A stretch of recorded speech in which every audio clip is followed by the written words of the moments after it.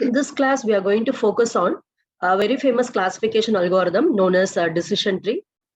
And before proceeding to decision tree, let us recollect once again what is classification algorithm. Classification algorithm comes under supervised learning task, where we will have some supervisor who is going to guide the process. And here the supervisor is nothing but we will have labels for each and every instance in your data set. So we can say that classification algorithm is a supervised learning task where the output is having defined labels. And these labels are going to have discrete values. Discrete values in the sense, if I want to classify fruits, I'll be giving the labels as banana, apple, orange, mango, and so on. They are discrete values. They are not continuous data. And the goal of this supervised learning algorithm, that is the classification algorithm, is to predict the discrete values belonging to a particular class. And always these classification algorithms are going to learn how to assign a class labels to the particular example from the given problem domain. That is, if you train a classifier for a particular problem domain, you cannot use a classifier for the other problem domain, because from the labels only and along with the training examples, it is predicting how to give the classification. So it should be used only for that particular domain. And we have seen the examples for classification algorithms as, if you have emails, you can classify the emails into whether they are spam or otherwise normal messages which are not spam messages. And in classification, we have seen that we have different types of classification, like binary classifier, then multi-class classification, then multi-label classification.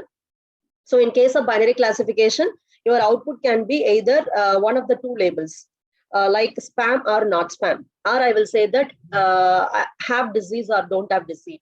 So there will be only two class labels in case of binary classifiers.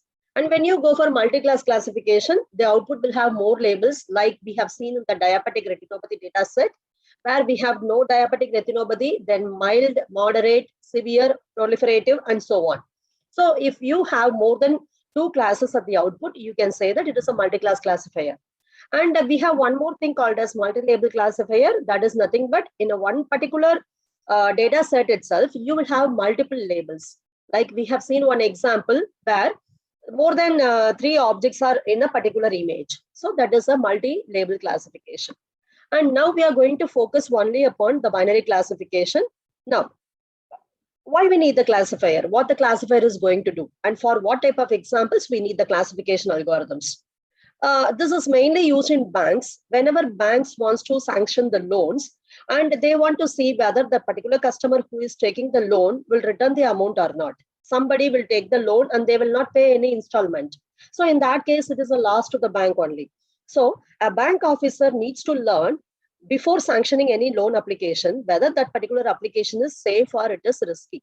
So here we have two labels at the output. One is safe and the other is risky. So it comes under binary classification. And another is, I am a marketing manager of a particular company. I have a new product and I want to know which are all the customers will buy this particular product. If I know that, I'll send some messages to the customers. I'll call them and I will tell them that I have a new product, you can buy it. So this is another application. So here what we are doing is, if you have a profile of a customer, which is having features like salary of the customer, what all the other products he has bought, and so on, you can say whether this particular customer will buy a particular new product or not. So here the output is nothing but he will buy or he will not buy. So only two labels we have at the output. So again, it comes under binary classification problem. Medical researcher wants to analyze the type of breast cancer or any other disease a person is having, and they want to predict what type of treatment we can give to a particular patient. So it is based upon what type of class the patient belongs to. So in this case, I can say that if the severity is more, I can go for treatment A. If the severity is moderate, I can go for treatment B. If the severity is less, I can go for treatment C. So there are three different treatments I have, A, B, and C. Based upon the current condition of a patient, I can suggest any one of the treatment. So this belongs to the category of multi-class classification. Why it is multi-class classification is, we have three different statements like treatment A, treatment B, and then treatment C. We need to choose any one from that. So what is a decision tree? In data structure, you might have heard the term trees. Trees are nothing but it is a special kind of data structure where we will have two different types of things. One is called as nodes and the other is called as links. Okay, and here also decision tree is a type of a tree where we will represent something called as decisions. So it is called as a decision tree. Based upon the decision only, we will decide in which branch we have to travel. Tree is going to have so many branches. If it is a binary tree, it will have 2 branches. If it is a ternary tree, it will have 3 branches, and so on. So based upon the output of the decision, I will decide in which branch I have to travel. Now, let us see how this decision tree can be used in machine learning. So, decision tree is a supervised learning algorithm. It can be used for both classification as well as regression problems. So, both classification and regression comes under the category of supervised learning only. Decision tree can be used for both, but it is mostly preferred only for solving classification problems. And this decision tree is a graphical representation for getting all the possible solutions to a problem based upon given conditions. So it is definitely based upon the given condition because you are going to build the tree only based upon the condition. And we can say that this is a flowchart like structure, and this structure is easy because it mimics the behavior of our human thinking. And also from the flowchart, we can easily understand and interpret how the sequence of events will be executed. And here we are going to simply ask a question. And for that question, we are going to give the answer. Based upon the answer we are giving, it will choose any one of the branch from that particular tree. And the moment I choose a branch, my concentration will be in the particular subtree, which is followed by that branch only. I'll not be focusing on remaining branches. So here we are going to simply ask a question. And based upon the answer, it splits the tree into subtrees. And this decision tree consists of 3 things. One is called as internal nodes, and these nodes represent the feature of a data set. And other is called as branches. The branches are going to represent the decision rules. And third is called as leaf nodes. The leaf nodes are going to represent the outcome of the particular decision. So in case of a decision tree, nodes will be classified into 2 different types. One is called as decision node, and the second one is called as leaf node. So if you can see this diagram, I have represented decision node by 2 different colors. One is orange and another is green. Leaf nodes are represented by means of pink. So this decision node is a special node. So what it is going to do? So decision nodes are generally used to make any decision, and these nodes can have multiple branches. It's not that they will always have only 2 branches. Based upon your classification problem type, they will have multiple branches. And the decision nodes are represented in 2 different colors. That means that there is a difference in the decision node itself. So where is the difference is, you can see this orange, this is a root node. The root node is also a decision node. And this, whatever decision tree you are going to develop, that is going to start only from the root node. And this root node is going to accept your entire data set as input. Whereas the other remaining decision nodes, which are represented in green color, they will not accept the entire data set as input for their decision process. They will accept only a part of the data set which satisfy a particular decision. Okay, only the root node in the decision tree is going to accept the entire data set as input. The remaining decision nodes will accept only a part of the data set which are satisfying a particular decision. And this is about the root node. It is also a decision node, and the decision tree starts from the root node. This root node represents the entire data set. And from this root node, we are going to divide our data set into 2 or more homogeneous sets. Now, here this word is very important, homogeneous set. What is the meaning of homogeneous set? Is a set where the records are having similar property. That is called as homogeneous. So when a particular decision node is accepting a data set, all the records in that will be satisfying some common property. And further, we will divide those records into subtrees. That is possible. And the second type of node is called as leaf node. The leaf nodes are nothing but they are going to represent the output labels, or we can say that leaf nodes will represent our target class. So leaf nodes are the output of those decisions, and they do not contain any further branches. So from the leaf node, you will not have any further branches. So they are going to represent what is the outcome of your decision. So you can see here, the leaf nodes are going to represent the outcome. Every decision is going to have certain outcome. For example, if I am giving you certain features and I'm asking you whether I will pass a particular test or not. So the outcome will be either yes or no. So in whichever branch you are traveling, At the outcome level, you will have only two different attributes, yes or no, if the question is whether you will pass the examination or not. Okay. Now, let us see how this decision tree algorithm is going to work. And in case of a decision tree algorithm, the input you are going to give is nothing but the data set. We have already seen that if you have any data set, it will have so many attributes, which are nothing but features of the data set. And finally, you will have a class label that is called as concept, target class. And since it is a supervised learning algorithm, definitely you will have a class label for every record associated in your data set. If there is no label, the decision tree algorithm will never work. It learns everything only from the label. So there are so many attributes. You have to select one attribute from those attributes. Based upon that attribute only, you are going to decide your decision. So I can say that you are going to select the best attribute among the attribute available. For that, you are going to use attribute selection measure. We have certain measures to select the attributes. And based upon that, you are going to split your records. And in this, you are going to make that attribute you have selected as a decision node. And then you are going to break your data set into smaller subsets by creating branches for each possible value of the attribute or outcome of the test. So first, you have so many attributes in your data set. From those attributes, you will select only one attribute as the root node. After that, what you're going to do is, if that attribute is having three different values, for example, if I say that the car company, Japan car company problem we have seen, in that the manufacturer, the country is either Japan or otherwise USA. So for the column called country, we have two different attribute values. One is Japan and the other is USA.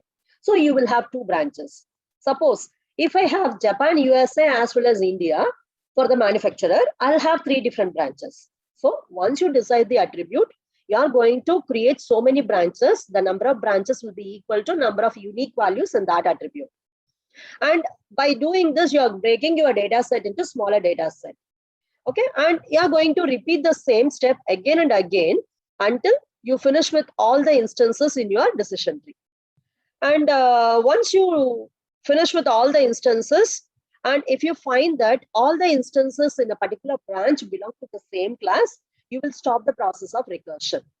Okay, we will see this through an example. So this is how we are going to represent a decision tree. Now let us see the theory. Then with the help of this diagram, we will understand this. So this decision tree is going to classify the instances. Instances are also called as records in a data set by sorting them down the tree from the root to some leaf node. That means that when you are going to start, you will start only from the root node. Then you are going to go down till you reach the leaf node.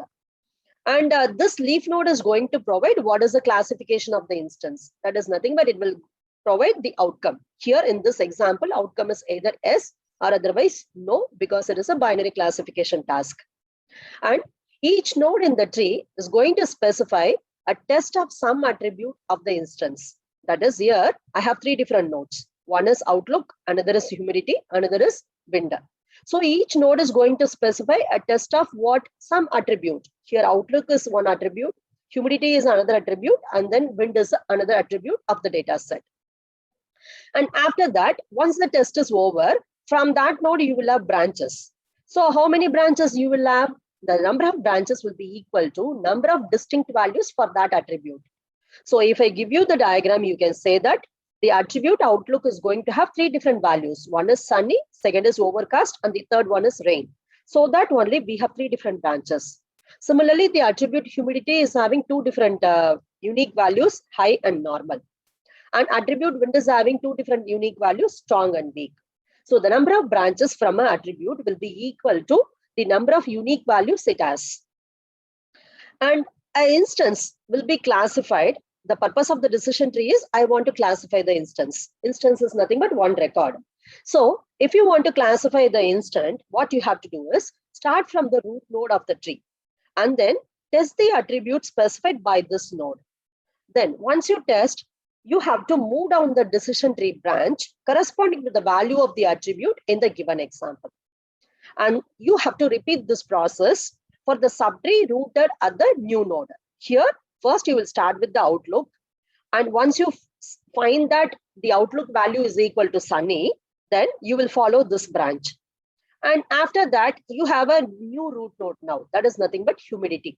Then apply the same process for humidity. If your record is having humidity as normal, then you will follow this branch. And finally, here you have S. You don't have any other decision node. You have reached the leaf node. So stop your process. Don't move further. You got your answer as yes. Now, let us see one example. In the example, a decision tree is given, and this tree is going to classify whether a person is going to play a tennis or not if you have given a sort of set of attribute values. For example, this is a new instance given to us. Assume that this decision tree is already existing. You want to classify this particular instance. So what will be my output? Either yes or no, because it is a binary classification task. So how I will know whether it is a binary classification task or not? You can see here, I have only different labels of the leaf nodes. Yes and no, so it is a binary classification task. So now let us see what will be the output for this particular example. First, it says that there are 4 different attributes. The first attribute, outlook, is having the value sunny. The second attribute, temperature, is having value as hot. And the third attribute, humidity, is having value high. Fourth attribute, wind, is having the value strong. Now, what I have to do first, once the attribute is given, start with the root node. Here, the root node is having the attribute as outlook. So now you check what is the value of the outlook in the given example. Here it is sunny. There are totally 3 different branches. Now you have to decide in which branch you are going to proceed further. Since outlook value is equal to sunny, you are going to proceed with this particular branch. That is nothing but the leftmost branch in the given example. So proceed to this particular branch, sunny. And next, you have reached a node which is going to check for the humidity. So in this, you have to check in the given example, what is the value of humidity? Here, humidity is equal to high. So when the humidity is equal to high, you have to follow this leftmost branch again. And if you see, humidity is having only 2 different values, high and normal, but I am following the high branch. Then I am coming to no. Here, finally, I have reached a leaf node. It is not a decision node, it is a leaf node. Once you reach a leaf node, it is directly giving you the outcome. That is nothing but the class label for the particular instance. So you stop your process, don't proceed further because you reached your answer. For the given training example or a testing example, whatever may be, for the given example where outlook is sunny, temperature is hot, humidity is high, and wind is strong, a person is not going to play tennis because the class label is predicted as no. Now, you will have a question. There are totally 4 different attributes in the given sample. But here, how many attributes we have checked? Only 2 attributes. One is nothing but outlook, another is humidity. Now, you will have a question, why we are not checking the remaining 2 attributes? The reason is, the remaining 2 attributes are not that much significant. If you have only 2 values, outlook and humidity, you can immediately say, based upon these 2 values, you can say that whether you are going to play tennis or not, if the value of outlook is sunny and value of humidity is high. If these values are different, you need some other testing. Okay. If the value of outlook is sunny and humidity is high, immediately you can say the answer that I'm not going to play the tennis. So we are not testing the remaining attributes. So from the decision tree, we can easily predict all the target classes for any given example. But the thing is, for the given particular data set, you have to construct a unique decision tree. That decision tree cannot be used for some other data set. And this is a basic of decision tree. Now, we will say that a decision tree is based upon certain concept known as distinction of conjunctions of constraints. You know now what is a constraint? Constraint is nothing but a rule. We will say an attribute is going to have a certain value. Like mark is greater than 50. Then only I can say that you pass the examination. So constraint is nothing but rule. What is the meaning of conjunction? Conjunction is nothing but and. And is nothing but multiple rules. If you have, you can either say that either this or this, or you can say that this and this. For example, if I want to watch a movie, I need to have free time as well as I need to have money. Both should be there. Then only I can go to the movie. So I will say that I have money and I have free time. Then I will watch the movie.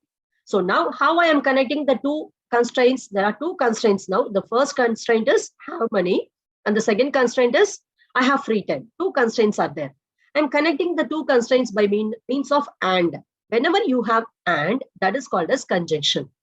Okay, and what is a disjunction? It is nothing but or condition. Now we will see this particular example so that you will understand these two terms clearly. And decision tree is based upon disjunction of conjunctions of constraints.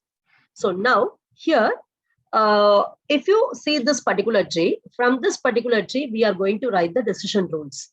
So the decision rule is nothing but this is the decision rule, which is represented as an expression. Now let us see how this expression is written. If you see, the leaf nodes have two different values, S and no. To write these rules, you have to see wherever you have S, that entire path you have to write. Okay, so here I have S in three different places. One is here I have S, second is after this overcast I have S, and the third one is after this week I have S. Therefore, the meaning is I will get S for my answer either if I travel in this particular branch, or if I travel in this branch, or if I travel in this branch. So here what I told are, okay, either you travel in this branch, you will get S, or you travel in the second branch, you will get S, or you travel in this third branch, you will get S. So it is or condition. Then, now let us understand this. Now assume that I am going to travel in this branch. Okay, there are two different conditions now. The first condition is outlook. If you want to go to this branch, this particular node, outlook should be equal to sunny and humidity should be equal to normal. When both these conditions are satisfied, then only you will come to this particular leaf node. So here what I said, outlook is equal to sunny, that is one constraint, and humidity is normal, that is the second constraint. So I am telling now two different constraints. When both the constraints are satisfied, then only you will come to this particular S. So this is called as conjunction. So what I can say is, within a branch, you are going to follow conjunction. And then if you consider the entire tree is going to have multiple branches. Whichever branch is having S, that is going to give you answer. So to combine all those branches, you are going to use OR operation. So that is called as disjunction. Okay. So now let us write this expression so that you will understand. First, I have three S and three different branches. Let us consider the first one. I need to write the condition for this S. So here, outlook. See this one, this rectangle represents the decision node. So the decision node is having the value as outlook. So when you will come to this particular branch, when the outlook is equal to sunny. So you write the first condition as outlook is equal to sunny. And when that is satisfied, I am here only. I didn't reach the leaf node. So what is the next condition? Humidity is equal to normal. So you write now outlook is equal to sunny and humidity is equal to normal. Remember, you must write only and here, because if you want to go to this particular node, you have to come to these two edges. Then only you can come here. When you want to travel to both the edges, the condition should be satisfied for both. So we are writing and. Then here this is over. Either you will come here, you will get the output as yes. Or if I go here, there also I will get the output as yes. So how to go to this particular leaf node? When outlook is equal to overcast, you will come to this leaf node. So you write now outlook is equal to overcast. Now, why I am writing here R? Okay, the reason for writing R is you will get S in your decision tree, either if you come to this branch or if you come to this branch. So I am writing R. Now, what is the third branch where I will get S here? So write the condition for this particular leaf node. Outlook should be equal to rain and wind should be equal to weak. So the third condition is outlook is rain and wind is weak. So this is called as disjunction of conjunction of constraints. So the decision tree represent a disjunction of conjunction of constraints. You are writing these constraints only on the attribute value of the instances. Okay, this is the attribute. Outlook is the attribute and value is nothing but sunny, overcast and rain. And one more thing is each path from the root to the leaf node corresponds to a conjunction of attribute test. Okay, each path, every path is corresponding to a conjunction. Why it is called as conjunction is Here we have AND condition. Okay, AND condition is called as conjunction. So each path from the root node to the leaf corresponds to a conjunction of attribute test, and the tree itself corresponds to a disjunction of these conjunctions. That is, this entire tree you are writing by means of these three conditions. What you have here are, this R is connecting all these things. So we are saying that the tree itself is corresponding to a disjunction of these conjunctions. And to understand simply, conjunction is nothing but it is an AND condition. In this symbol, it will be represented by inverted V symbol. And then disjunction is nothing but it is a OR condition. It is represented by V symbol.